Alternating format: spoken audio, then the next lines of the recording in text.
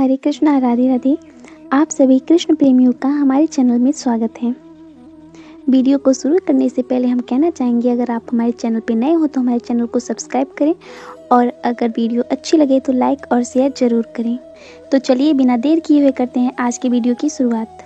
एक मैया जी थी जिन्होंने अपने घर में श्री लड्डू गोपाल जी को स्थापित कर रखा था और वो लड्डू गोपाल जी का बड़े भाव के साथ सेवा करती थी और उनकी सेवा में कोई भी त्रुटि ना हो इस बात का विशेष ध्यान रखती थी। उनकी एक बहू भी थी जो कि पूजा पाठ पर ध्यान नहीं देती थी। एक बार मैया को किसी काम से 7 दिनों की यात्रा पर जाना पड़ा तो वो सोचने लगी कि ठंडी के मौसम में गोपाल जी को अपने साथ ले जाना ठीक नहीं होगा, गोपाल जी को असुविधा होगी। इसलिए उन्होंने अपने बहू से कहा, मैं यात्रा पे जा रही हूँ, ठाकुर जी का ध्यान से सेवा करना, सेवा में कोई त्रुटि नहीं होनी चाहिए। सुबह ठाकुर जी को उठाना, उनको मंगला भोग लगाकर उनकी मंगला आरती करना और उसके बाद नहलाना तथा अच्छे से श्रृंगार करके फिर ठाकुर जी को दर्पण दिखाना। दर्पण में ठाकुर जी का हंसता हुआ चेहरा देखना, उसके बाद राजभोग लगाना। बहू ने कहा, ठीक है माँ जी। सासू माँ अपनी बहू को समझाकर यात्रा पर चली गई। अगले दिन बहू सुबह उठी और ठाकुर जी को मंगला भोग लगाकर मंगला आरती की। उसके बाद ठाकुर जी को नहलाया। ठाकुर जी को नहलाकर फिर उनका सुंदर श्रृंगार किया। श्रृंगार करने के बाद ठाकुर जी को दर्पण दिखाया और धीरे से खुद भी देखने लगी, पर ठाकुर का हंसता हुआ चेहरा न देखकर बहू को बहुत आश्चर्य हुआ। उसने सोचा शायद मुझसे ही कोई त्रुटि हुई है, इसीलिए ठाकुर जी नहीं मुस्कुरा रहे हैं। बहू ने ठाकुर जी को फिर से स्नान कराया और उनका सुंदर श्रृंगार करके फिर से दर्पण दिखाया और खुद भी धीरे से देखने लगी, पर इस बार भी ठाकुर जी नहीं मुस्कुराए।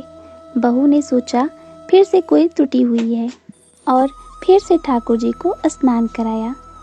इस तरह से बहू ने 12 बार ठाकुर जी को स्नान कराया और श्रृंगार करके दर्पण दिखाया, पर ठाकुर जी नहीं मुस्कुराए। अब बहू ने 13वीं बार ठाकुर जी को स्नान कराने की तैयारी कर ली। ठाकुर जी ने सोचा अगर मैं नहीं मुस्कुराऊंगा तो ये मुझे पूरा दिन नहलाती ही रहेगी और भूखा ही रखेगी, इसलिए मैं मुस्कुरा ही देता हूँ। जब बहू ने 13वीं बार ठाकुर जी को स्नान कराकर सुंदर श्रृंगार करके दर्पण दिखाया तो ठाकुर जी ने मुस्कुराकर अपनी मनमोहनी छवि दिखा दी।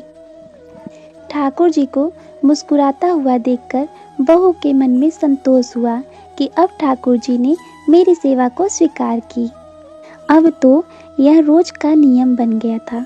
ठाकुर जी रोज मुस्कुराते और बहू जब ठाकुर जी के कमरे में जाती तो भी ठाकुर जी हंसता हुआ मुख ही बहू को दिखाते।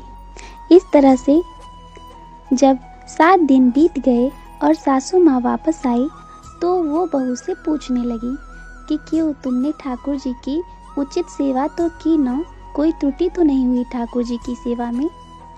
बहू ने कहा, नहीं माँ जी, कोई त्रुटि नहीं हुई।